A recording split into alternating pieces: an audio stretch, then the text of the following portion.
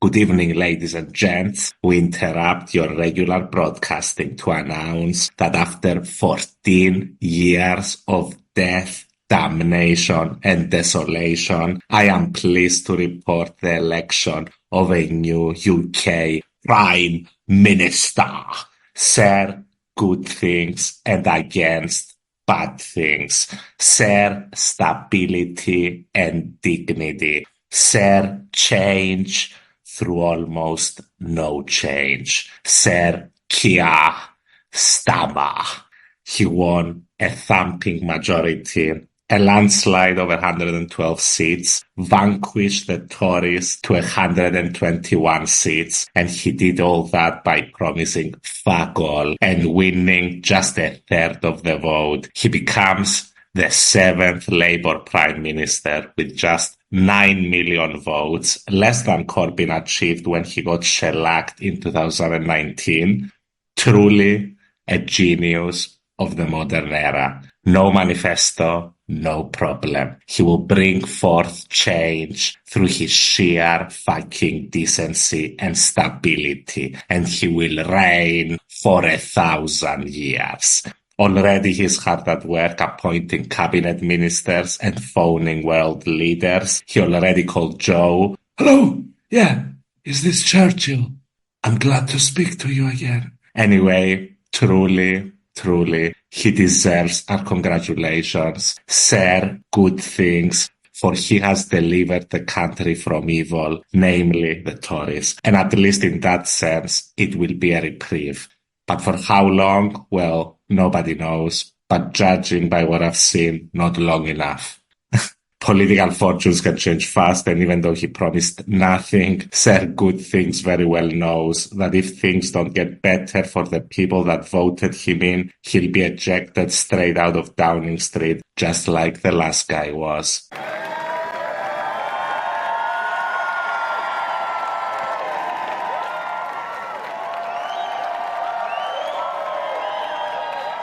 Thank you. Good afternoon. I have just returned from Buckingham Palace, where I accepted an invitation from His Majesty the King to form the next government of this great nation.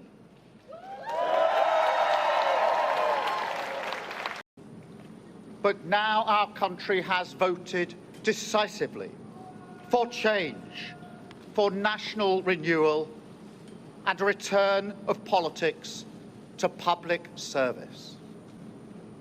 When the gap between the sacrifices made by people and the service they receive from politicians grows this big, it leads to a weariness in the heart of a nation, a draining away of the hope, the spirit, the belief in a better future, that we need to move forward together. Now, this wound, this lack of trust, can only be healed by actions, not words. I know that.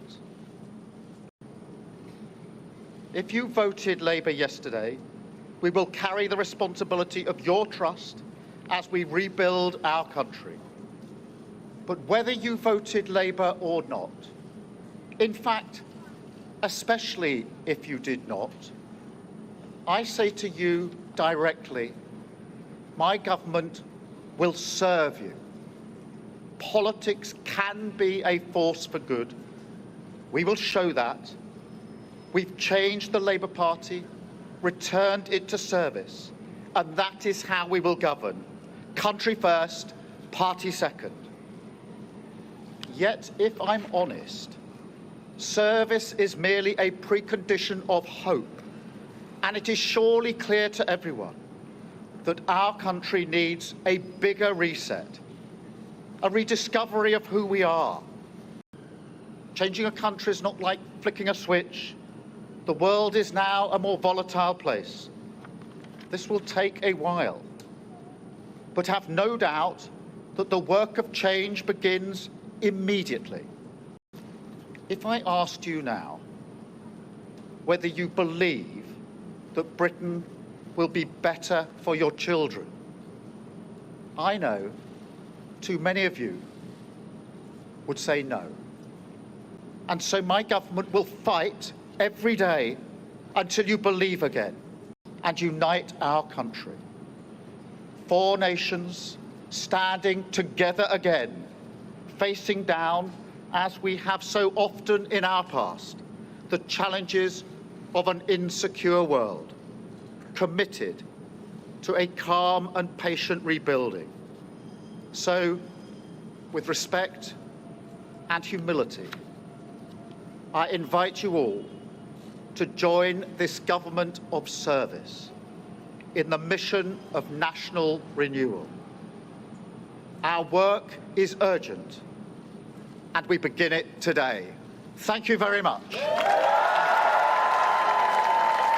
I think Sir Good Things knows his landslide is actually built on weak foundations. Look, his team played the system beautifully, but the thing is, he got a third of the vote, just a third of the vote, 34% to the Conservatives, 24%, 9 million votes, almost 10 to the Tories, 6 million votes, almost 7. With the Reform, by the way, on 4 million votes. And he knows it. He knows it. That's why he addressed the people who didn't vote for him in his first speech as Prime Minister. I want to go through the numbers that I've mentioned because it's very interesting. Oh, before we go through my government will serve you. Politics can be a force for good. The work of change through almost imperceptible change begins today. What a leader.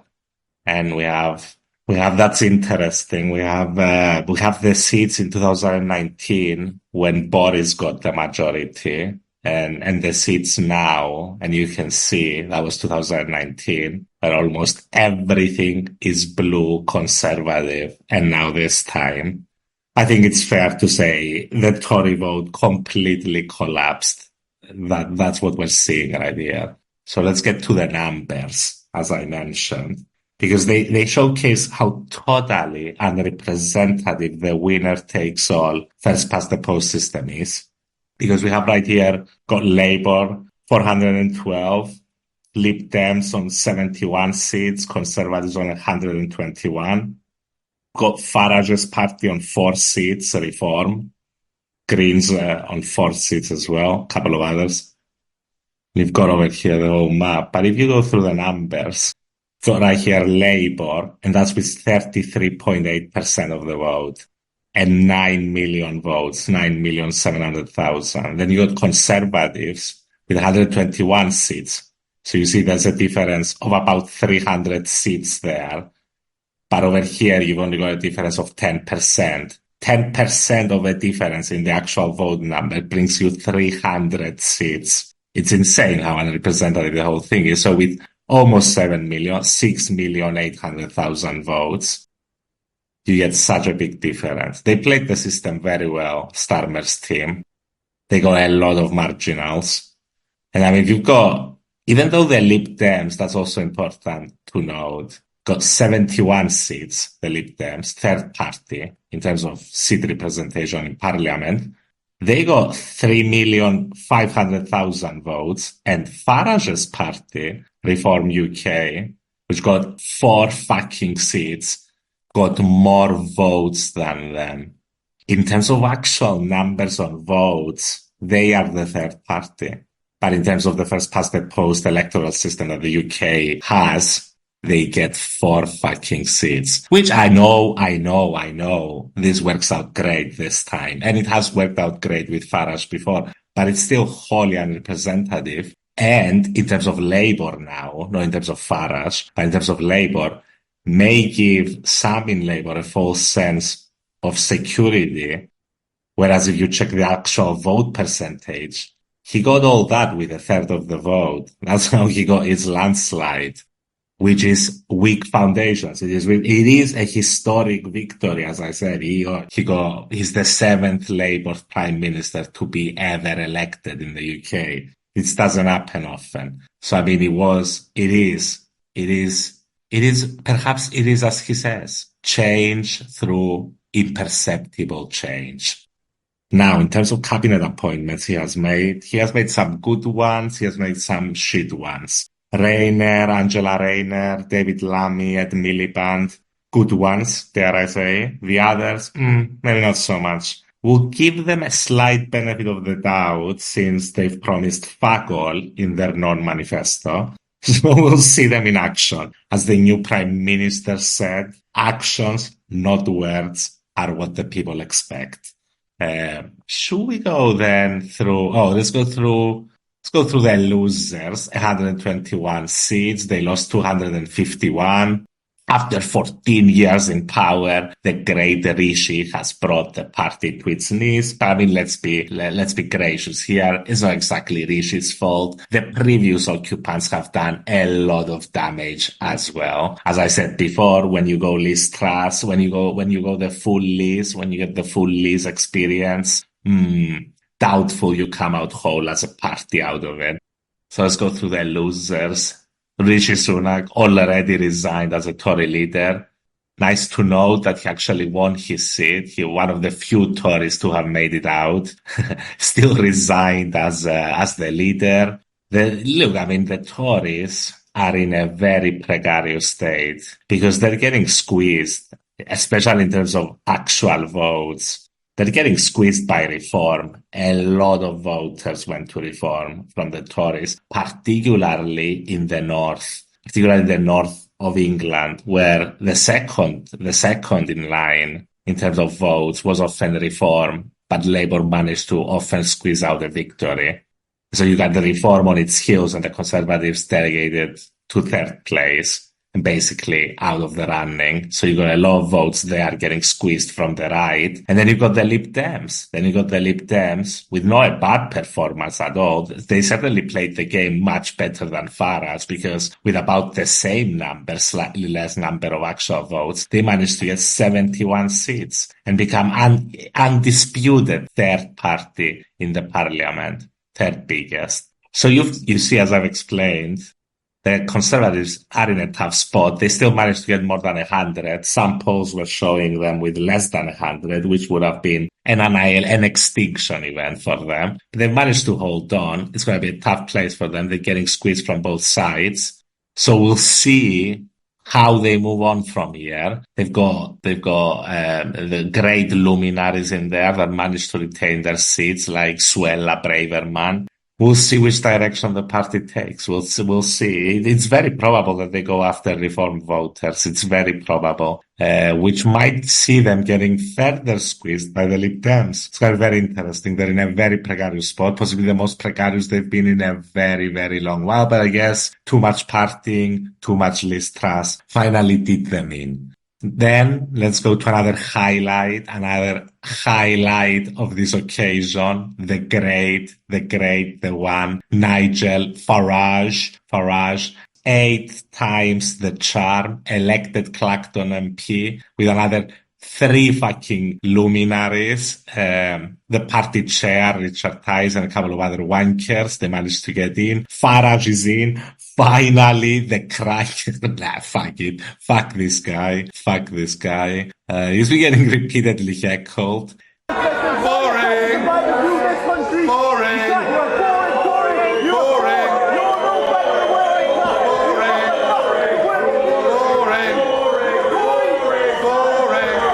He managed to get in. He's into proportional representation. Has to be said now. Because he got 1 billion votes and 4 seats. Well, fuck him. Maybe we should not get proportional representations just to piss old Nigel off. But it's going to be spicy. It's going to be spicy, definitely, with him in parliament. Look, he's an ever-present danger, 100%. The man is unstoppable. He's a furious demon of evil. Has to be noted. Moving on, the mad lad also got re-elected, defeated his Labour opponent. Respect the mad lad. Even Labour couldn't take him down. And then, let's cap off with the greatest of all news, with the highest of notes from tonight's election. Liz Truss lost her fucking seat to Labour. Fuck yeah, that's what you get for the mortgage rises. And the election turnout figure stood at far less than what was the 2019 election, 8 percentage point less, 59.8%. And Luigi, you haven't spoken a lot in this episode. I assume you're overcome with the raw emotion at Sir Good Things election victory. What are your thoughts? I'm overwhelmed in glorious victory, good sir.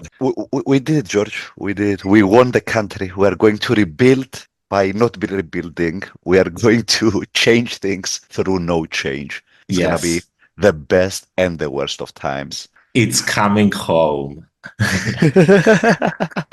So there isn't much to You've stress. made your thoughts last episode as well. That it would be a very consequential election in terms of change. Let me put it this way. At this point, with how the Conservatives have been governing for the last decade and a half, you could put a dead horse in the place of Keir Starmer, and the dead horse would still get more votes than the Tories. So, I mean, should I be happy about this election outcome? Yeah, I guess it's better, but you really get a sense from Keir Starmer that he's not doing this for anyone else than himself, and that's not what you want from a Labour leader. I mean, the whole speech was about his service to the country, but he's very, very, very, very thin on details, Luigi, on his plans. There's been no plans. That's the real It's issue. insane. What's the policy? What's the Almost first thing? nothing. Yeah. Most of the policies is shit he's ruled out that he's not gonna do. We don't have much on what Yeah, he's yeah. gonna do. I mean, the But he previous will plan. work hard with dignity and stability, and most of all, Luigi, decency. Wow. Decency. Wow, all of those nice words. It's like Yeah. flowers around me. But look, like Labour used to have policies, right? Labour used to be for spending on the green transition, for rebuilding the National Health Service, for expanding like university access and bringing those costs down. All of those have been put on the back burner, and suddenly it's like He we're says gonna he do, wants. Yeah, sorry. yeah, we're gonna do good things. We're gonna Yeah. not bad things, just good Not things, bad things. right? Do you remember he was gonna invest? I don't remember the amount of billions at this point, but it was a big amount in green energy, and he turned on that. That was a year ago, I think. Yeah. That's what I'm saying. Like that was Labour's flagship policy. That His was like, policy at one yeah. point before he abandoned it, along with all the rest of the policies he abandoned at one point. Yeah. Have we Everybody says, Luigi, that he seems like a decent guy. Your thoughts? Keir Starmer? Yeah, Sir, good things.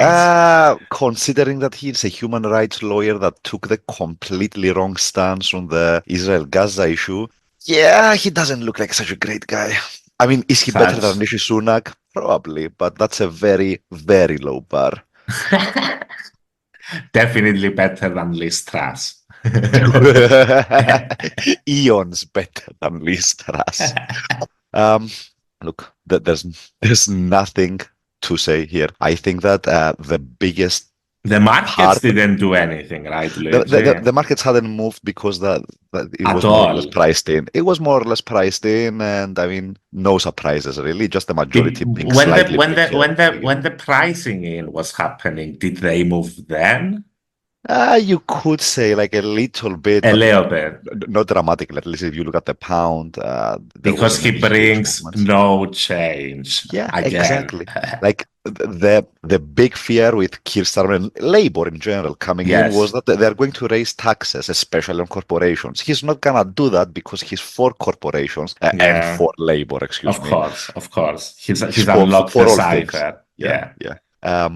So the best we've got, Luigi, is that he's ambivalent about capital gains tax, and I cannot take that to the fucking bank, dude. Ambivalent. He's Ambivalent ambivalent. means I'm agnostic. I'm agnostic. Look, the biggest part we should be talking about is that Labour got 9 million votes. Like, leave the parliamentary seats out of this because the British system is very peculiar in that regard. 9 million votes, I believe it was, for Labour. and Yes, around 6 for the close to Tories, 10, but it's 9, yeah, 9 point something. and about 6 for the Yes, Conservatives, yes, is that yes, right? yes. Yeah, And yeah. about 4 million for Nigel Farage, Yeah, yeah, the yeah. right-wing Reform Party. In terms of votes, he's the third party. In In terms terms of of votes, actual he's the votes. third party, and he only got 12 seats in parliament, which is nothing. But Four, Luigi. okay, so, excuse me. So, sorry, Even less. He was Yeah, estimated to get 12. yeah, The bottom line being Nigel Farage and the far right in the UK wouldn't need significant gains to become the second biggest party. They're already very close to the Conservatives, even though yeah. it's not showing up in parliament. They So need to play their that cards right, yeah. so just to explain what do you mean, like if Labour won 30% in some constituency, and then the Conservatives won 20%, and Nigel Farage won 18%, like it's very close in terms of percentages, but Labour is going to get that seat because they were the highest there. So Oh yeah, basically Farage got second in a lot of northern constituencies, but Labour won that seat. yeah, the bottom line being that even in the UK, the far right, even as a left-wing government, if you can call it that, is coming into power, the right wing is also making gains, which has been a pan-European trend and Yeah. a global trend, really. Yeah, and this is I mean this is the question now. This is what's in front of Starmer, and it's not gonna be smooth sailing. There's gonna be no sailing. I mean, we're not gonna do anything. We're changing a face right now. We're gonna be Sir, good decent things. people. All right, I guess let's conclude on that. Look, let's finish up. In my mind, you cannot be a politician and please everyone, which seems to be his vibe. You can please a lot of people, but you cannot please everyone, because if you try and please everyone, you will please no one. Saying that, we'll keep our eyes peeled for what Sir Good Things actually does. He has a big majority. He can actually implement profound change. The times certainly call for it. This isn't Blair in the 90s. The people will certainly judge him for it, but we'll see. We'll see. Radio Rocketman out. Please don't vote for Le Pen.